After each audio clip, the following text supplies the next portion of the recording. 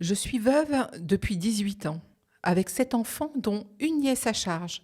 J'ai fait ma formation à la MFR de Sam en 2008-2009 pendant 2 ans.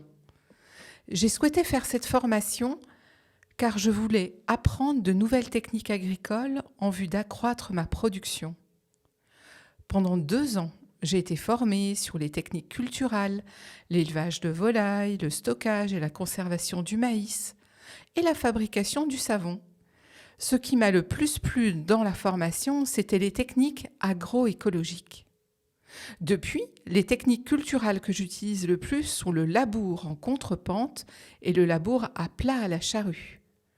J'utilise de la fumure organique pour fertiliser mon champ. Pour mon engrais, je ramasse aussi les déjections animales chez les gens du village qui ne les utilisent pas. Actuellement, je cultive 2 hectares de maïs en rotation régulière avec le soja et 1 hectare de riz de bas-fond. Grâce aux pratiques agroécologiques que j'applique, j'ai aujourd'hui des rendements de 20 sacs, soit 2000 kg de maïs à l'hectare, contre 10 sacs auparavant, et 35 sacs de riz à l'hectare contre 20 à 30 sacs auparavant.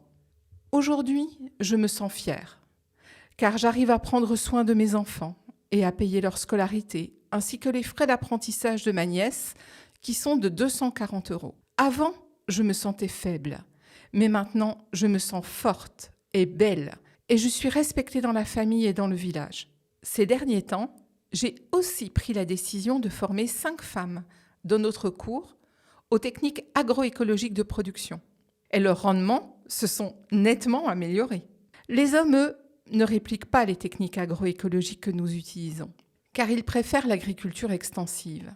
Parfois, il arrive aussi que les maris empêchent leurs femmes de participer aux formations organisées par la MFR. Et donc, celles qui s'inscrivent sont pour la plupart des femmes veuves, comme moi.